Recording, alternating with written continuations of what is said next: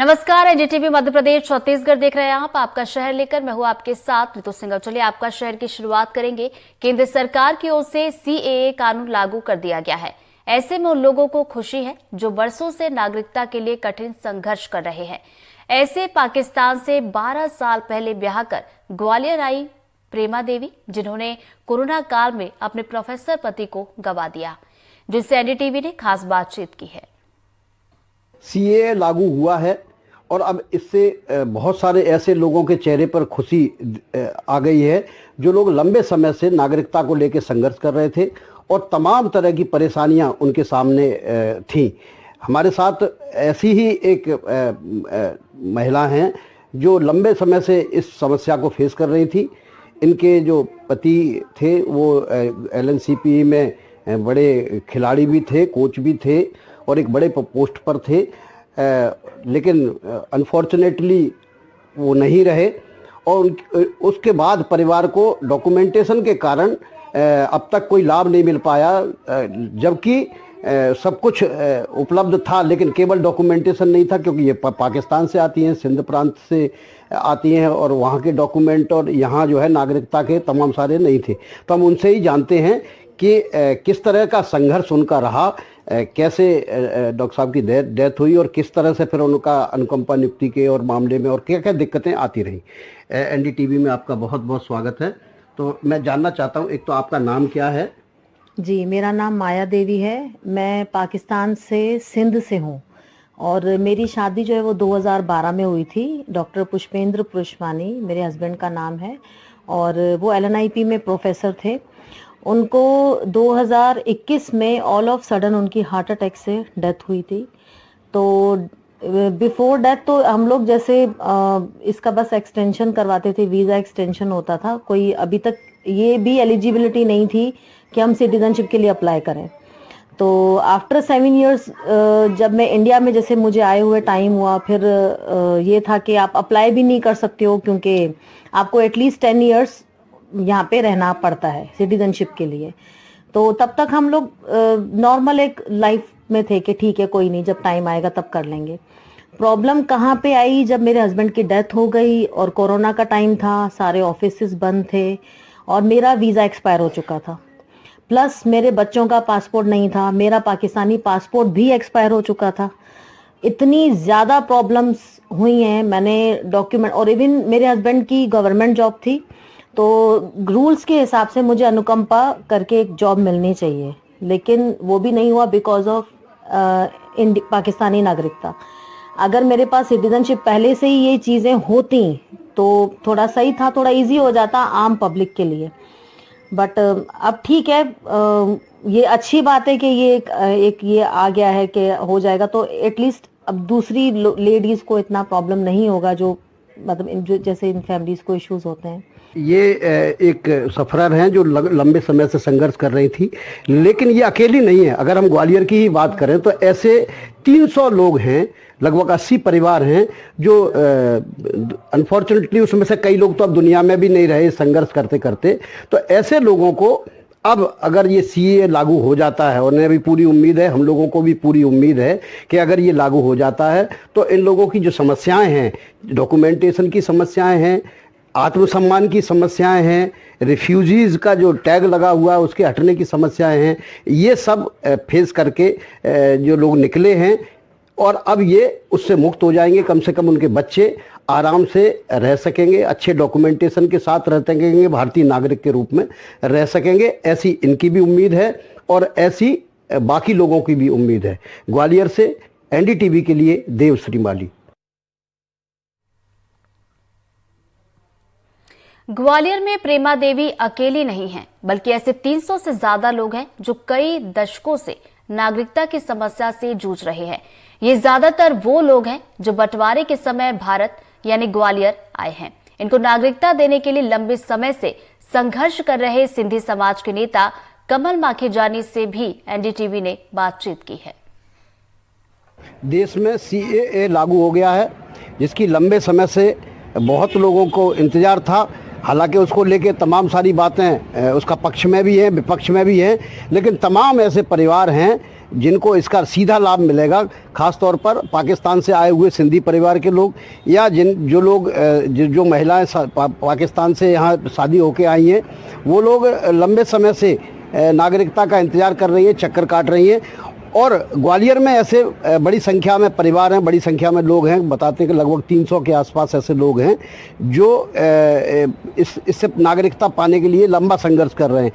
उनकी इस बात को लगातार उठाने वाले और राष्ट्रीय स्तर पर इसको लेकर पहुंचाने वाले लोग भी हैं। उन्होंने लंबा संघर्ष किया है। हमारे साथ कमल माखीजानी साहब हैं जो सिंधी समाज के नेता भी हैं, भारतीय जनता पार्टी के पूर्व जिलाध्यक्ष भी हैं और पिछले कई सालों से यहाँ ग्वालियर से लेकर दिल्ली तक अपने संगठन की तरह, जो इनका राष्ट्रीय संगठन है, उसकी तरफ से आवाज़ उठाते चले आ रहे हैं कि इनको नागरिकता दी जाए। तो अब मैं उनसे ही बात करता हूं कि कैसा संघर्ष चला और अब कहां मुकाम तक पहुंचा, क्या क्या दिक्कतें थी। देखिए, मुझे लगता है कि मोदी जी की गारंटी का सुखद परिणाम है। एक मानवतापूर्ण उपकार किया है। जिन लोगों पर शरणार्थी का एक दाग था, उस दाग को रिमूव किया है। वे शरणार्थी अब भारत का नागरिक होने में गर्व महसूस करेंगे। और बहुत सारी व्यवहारिक दिक्कतें उनको आ रही थी, जैसे उनको लॉन्ग टर्म वीज़ा बार बार लेना पड़ता था, अपना पासपोर्ट रिन्यू कराना तो पाकिस्तान जाना पड़ता था। एक तो परिवार ऐसा है जिनके पति की मृत्यु हो गई। वो चूँकि ड्यूटी पर थे, ड्यूटी पर उनकी मृत्यु हुई। उनकी पत्नी को नौकरी केवल इसलिए नहीं मिल पाई अनुकंपा नियुक्ति कि वो भारत की नागरिक नहीं थी, वो पाकिस्तान जाके शादी करके यहाँ रह रही थी। तो ऐसे लोग तमाम हैं जिनके पास लगातार समस्याएँ थी। न तो अकाउंट खोल पाते थे, न उनका लाइसेंस बनता था, न उनका समग्र आईडी बनता था। उनको अपने बच्चों के एडमिशन कराने में समस्या आती थी।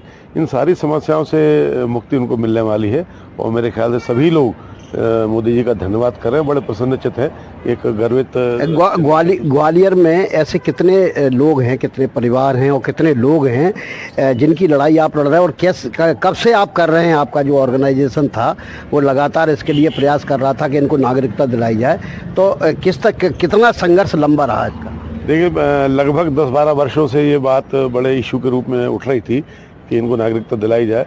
सामान्यतः बड़ी समस्याएं आती थी, कोई ना कोई लेगुना उसमें निकल आता था, लेकिन अब वो सारे लेगुना इसमें हट गए। ग्वालियर में लगभग 80 परिवारों को मैं जानता हूँ, लगभग 200-300 लोग हैं जो इस समस्या से जूझ रहे थे। वो सब बेचारे इससे बड़े आशान्वित थे कि ये नियम आएगा, और 2019 में प्रस्तुत भी हुआ, पास भी हुआ, लेकिन इसका नोटिफिकेशन अभी कल ही मोदी ने डिक्लेयर किया है। तो निश्चित तौर पर उनको बड़ी राहत मिलने वाली है। तो ऐसे बड़ी संख्या में लोग हैं, लगभग 300 लोग हैं, 80 परिवार हैं जिन्हें ग्वालियर में अकेले में, जिनको इससे राहत मिलेगी। वो अपना आधार कार्ड बनवा सकेंगे, उनके बच्चों को एडमिशन में जो ज़रूरतें हैं वो पूरी हो सकेंगी। और जैसा कि अभी इन्होंने बताया कि एक तो ऐसी है जिनके अनुकंपा नियुक्ति केवल इसलिए नहीं हो पा रही क्योंकि उनके पास ग्वालियर का आधार कार्ड नहीं बन पा रहा।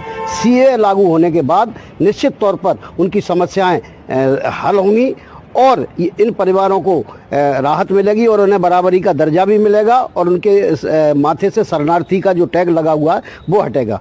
देवश्री माली, NDTV, ग्वालियर।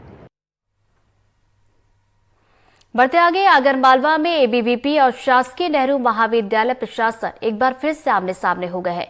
ABVP कार्यकर्ता अपनी मांगों को लेकर कॉलेज गेट पर ताला उन्होंने जड़ा और धरने पर बैठ गए। ABVP का आरोप है कि महाविद्यालय में जूलॉजी की अतिथि टीचर सुचिता कलेरा ने छात्राओं के साथ बदसलूकी की है, साथ ही बोतल से मारने की कोशिश की है। इसी को लेकर ABVP ने विरोध किया, जमकर नारेबाजी की और अतिथि शिक्षक सुचिता कलेरा ने उनकी ट्रांसफर की मांग की। साथ ही चेतावनी भी दी कि अगर उनका ट्रांसफर नहीं हुआ तो उग्र आंदोलन किया जाएगा।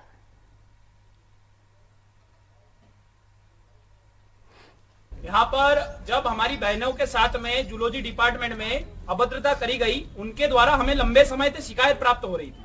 जब आज हमने सबने जाके वहाँ प्रत्यक्ष रूप से देखा कि वाकई में क्या कॉलेज में एक शिक्षा के मंदिर में ऐसी अच्छे कृत्य और ऐसी घटना हो सकती है क्या, तो हमने देखा तो मैडम हमारे कार्यकर्ताओं के ऊपर बोतल लेकर मारने को दौड़ी और उसके साथ साथ उनने अभद्रता करी, गाली गलौज करी और कहा कि आप हमारा कुछ भी नहीं बिगाड़ सकते, कॉलेज हमारी मनमानी से चलेगा, हम जैसा चाहे वैसी शिक्षा देंगे, हम जैसा चाहे वैसे संस्कार देंगे। अगर ऐसे शिक्षा और संस्कार इस कॉलेज में जब तक मिलते रहेंगे तो विद्यार्थी परिषद मैडम, जब तक मैडम का तबादला नहीं हो जाता, ऐसे शिक्षा और संस्कार इस कॉलेज में मिलने बंद नहीं हो जाते जब तक विद्यार्थी परिषद आंदोलन करेगी और करती रहेगी। मऊगंज में लोकसभा चुनाव के लिए अधिकारियों को प्रशिक्षण दिया गया। आपको बता दें कि लोकसभा चुनाव 2024 के लिए अधिकारियों और कर्मचारियों को प्रशिक्षण दिया जा रहा है। पहले चरण में रीवा जिले के सिरमौर सिमरिया के साथ मऊगंज विधानसभा क्षेत्र के लिए नियुक्त सेक्टर अधिकारियों को प्रशिक्षण दिया गया। इसी तरह से देवतालाब, मनगवा और गुड़ विधानसभा क्षेत्र के लिए नियुक्त सेक्टर अधिकारियों को दोपहर 12:30 बजे से 2 बजे तक प्रशिक्षण दिया गया।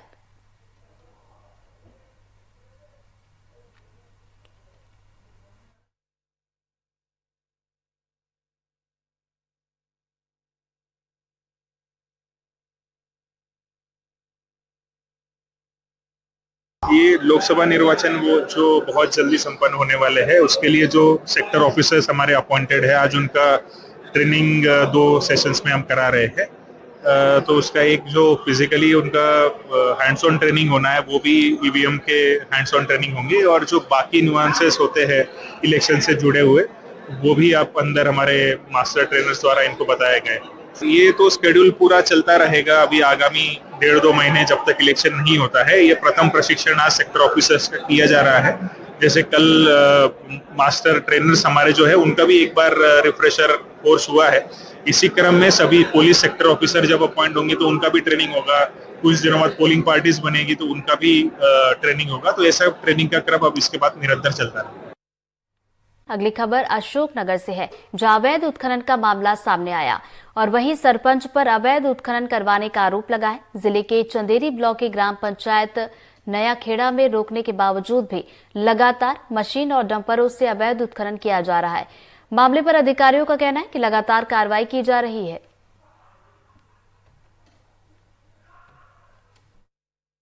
नया खेड़ा में जो उत्खनन की शिकायत प्राप्त हुई थी उस पर अपन ने कार्रवाई पहले भी की थी, कार्य बंद हुआ।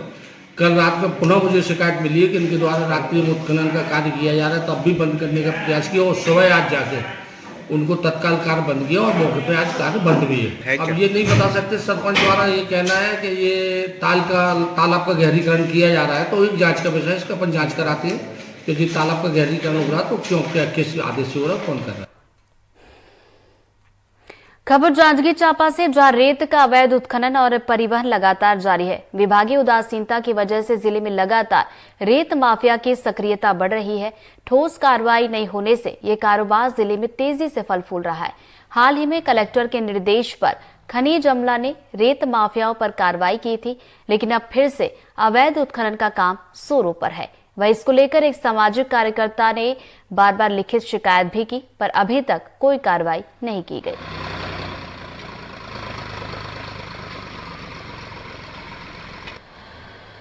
अधिकारियों को कहना है कि हम कार्रवाई कर रहे हैं, कहना है, और खनिज विभाग के अधिकारी बोलते हैं कि सरकार तो फ्री कर दिया है। तो मैं पूछा कि आदेश दिखा, तो आदेश नहीं है, फ्री कर दिया है, घोषणा हो गया है, ऐसे बोलते हैं। तो फ्री है तो इसीलिए रुचि नहीं ले रहे हैं। फ्री है तो अधिकारी की जरूरत भी नहीं है, मिली भगत है अधिकारी की, क्योंकि देख रहे हैं खुलेआम चल रहे हैं तो उनका बचने के लिए बोल रहे हैं, फ्री है, हमें गुमराह करने के लिए बोल रहे हैं। इधर केंद्रीय मंत्री डॉक्टर वीरेंद्र खट्टिक वंदे भारत ट्रेन में सवार होकर टीकमगढ़ रेलवे स्टेशन पहुंचे, जहां लोगों ने नई ट्रेन का गर्मजोशी के साथ स्वागत किया। पीएम मोदी ने दिल्ली से खजुराहो के लिए एक नई ट्रेन वंदे भारत का आगाज किया, जिसको लेकर वीरेंद्र खट्टिक खजुराहो से टीकमगढ़ पहुंचे। टीकमगढ़ रेलवे स्टेशन पर विशाल कार्यक्रम का आयोजन किया गया।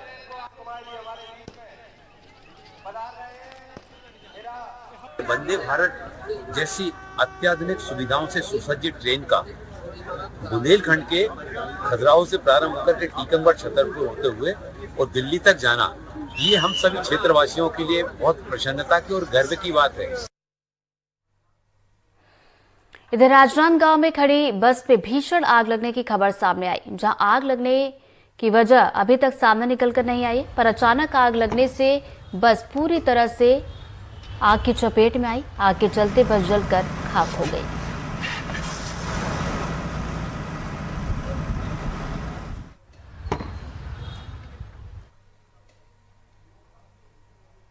इधर इंदौर में एक तेज रफ्तार कार हादसे का शिकार हुई। तेज रफ्तार में ये कार रेलिंग से टकरा गई, जिसके चलते कार में सवार 4 युवतियां और 3 युवक घायल हो गए। घायलों को अस्पताल में भर्ती कराया गया है, जहां पर इलाज जारी है।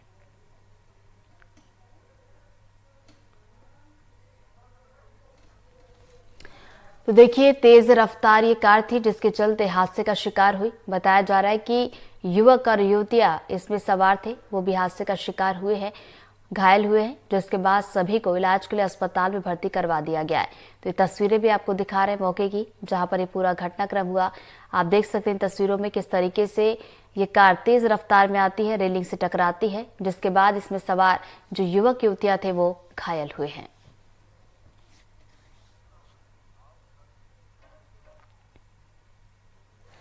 इधर सरगुजा में खाद्य अधिकारी पर अंबिकापुर के राइस मिल संचालक ने भ्रष्टाचार के गंभीर आरोप लगाए हैं। राइस मिल संचालक का आरोप है कि अधिकारी ने 64 लाख रुपए कमीशन मांगी, तो वही खाद्य अधिकारी ने आरोपों को सिरे से नकार दिया है।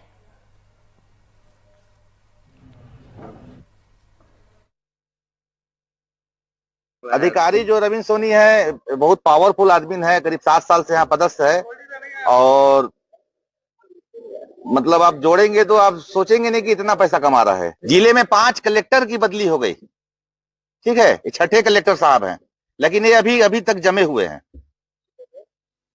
तो राइस मिल पूरा 3 साल से मिल बंद है और मैं बहुत परेशान हूँ, ठीक है, लेकिन ना मेरा बिल का पैसा दे रहे हैं, ना हाई कोर्ट को कुछ समझ रहे हैं। बोलते हैं सुप्रीम कोर्ट जाओ, जब तक हम लोग यहाँ जमे हैं तब तक तुम्हारा कुछ नहीं होगा और प्रताड़ित करेंगे। आरोप मेरे पे ऊपर लगाया जा रहा है कि ये सब जो है मतलब उनके द्वारा वसूली करने के कारण जो है नहीं किया जा रहा। तो वास्तविक स्थिति ये उनकी ये है, इस वजह से हो सकता है कि वो दबाव बनाने के लिए हम पे ये आरोप लगा रहा है। इसमें कोई देशपूर्ण भाव नहीं है, जो भी है नियमानुसार कार्यवाही की जा रही है। जो भी शासन द्वारा निर्धारित नियम है उसी के अनुरूप ही कार्यवाही हमारे द्वारा की जा रही है। ये शासन का मामला है, इसमें मैं कुछ नहीं बोल सकता। इधर बेमेतरा जिले में किसानों के नाम पर एक बड़े फर्जीवाड़े का मामला सामने आया है। किसान सम्मान निधि के नाम पर फर्जी नामों पर करोड़ों रुपए ट्रांसफर कर दिए गए। अब मामला सामने आने पर अधिकारियों को जवाब देते नहीं बन रहा।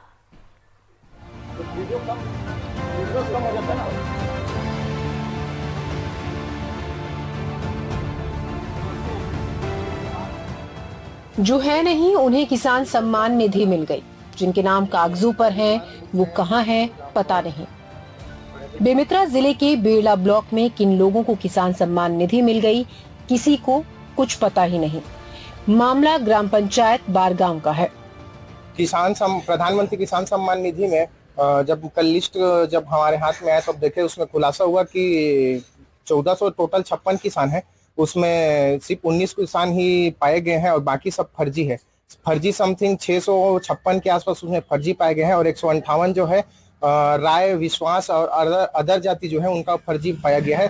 जो कि किसान सम्मान निधि के तौर पे देखें तो समथिंग 1 साल में सिर्फ बारगांव पंचायत में 5 करोड़ से अधिक राशि उनके खाते में जा रहा है और ये कहाँ जा रहा है इसकी कोई गारंटी नहीं है। ग्राम पंचायत की सरपंच प्रतिनिधि के साथ गांव के किसानों ने जब मिलान किया तो 658 किसानों के नाम फर्जी निकले।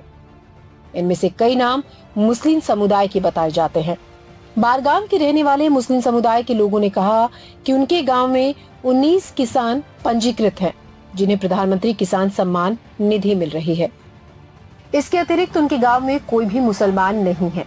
उन्होंने कहा कि फर्जी नाम जोड़कर बारगांव की मुसलमान किसानों को बदनाम करने का प्रयास किया जा रहा है। वहीं इस पूरे मामले में ग्राम पंचायत की सरपंच प्रतिनिधि अमरदास ने कहा कि हमारे ग्राम पंचायत में इतने सारे किसान है ही नहीं और इतने सालों से इनको अगर राशि दी जा रही है तो ये एक गंभीर मामला है। उन्होंने कहा कि सिर्फ हमारे ग्राम पंचायत में ही 854 किसान के नाम फर्जी हैं। अगर 6000 रुपए सालाना की दर से हिसाब लगाया जाए तो सिर्फ एक ग्राम पंचायत से ही 5 करोड़ 1,24,000 की राशि का गोलमाल सामने आ रहा है। ग्रामीणों की बात सुनने के बाद हमारे संवाददाता सुजीत शर्मा ने ग्राम पंचायत के आसपास स्थित कृषि फार्म हाउस का भी निरीक्षण किया। दरअसल बेमेतरा में हरियाणा पंजाब से आकर बड़ी संख्या में लोग खेती करते हैं। प्रधानमंत्री किसान सम्मान निधि में इस घपले को लेकर बेरला ब्लॉक के वरिष्ठ कृषि विस्तार अधिकारी से जब हमने बात की तो उन्होंने कहा कि उन्हें ये जानकारी प्राप्त हुई है और जांच कर रहे हैं। साथ ही उन्होंने कहा कि ग्राम पंचायत बारगांव में 1068 किसान पंजीकृत हैं, जिनमें से 548 किसान एक्टिव हैं और 520 अनएक्टिव हैं। जब हमने फर्जी किसानों के नाम के बारे में चर्चा की तो उनका कहना था कि ऑनलाइन माध्यम से किसान कहीं पर भी बैठकर अपना पंजीयन कर सकते हैं। देखिए वो तो अपन वेरीफाई करते हैं तभी पता चल पाता है, क्योंकि इसमें नियम है कि ऑल ओवर इंडिया में कहीं से भी अपने मोबाइल से चॉइस इंटरनेट कर सकते हैं। वो वेरिफिकेशन के बाद ही क्लियर होता है कि वास्तविक किसान है कि नहीं, क्योंकि इसमें लैंड रिकॉर्ड, खसरा नंबर, बसरा नंबर देखा जाता है। उसके बाद ही पत्र का निर्धारण किया जाता है। क्या बारगांव में कोई कंप्लेन आती है तो वेरिफिकेशन करेंगे क्या करेंगे? हाँ बिल्कुल करेंगे सर, वो तो सतत प्रक्रिया है, इसमें कोई भी अपना नाम जुड़ा सकता है। अधिकारी इस तरह से गोलमोल जवाब देकर सवालों से बचते रहे। किसान सम्मान निधि के नाम पर अगर एक ग्राम पंचायत में करोड़ों रुपए की गोलमाल का मामला सामने आ रहा है तो प्रत्येक ग्राम पंचायत की जांच करने पर कितना बड़ा घोटाला सामने आ सकता है, ये देखने वाली बात होगी। बेमित्रा से सुजीत शर्मा की रिपोर्ट, एनडीटीवी मध्य प्रदेश, छत्तीसगढ़। और इसी के साथ आपका शहर में फिलहाल इतना ही। नमस्कार।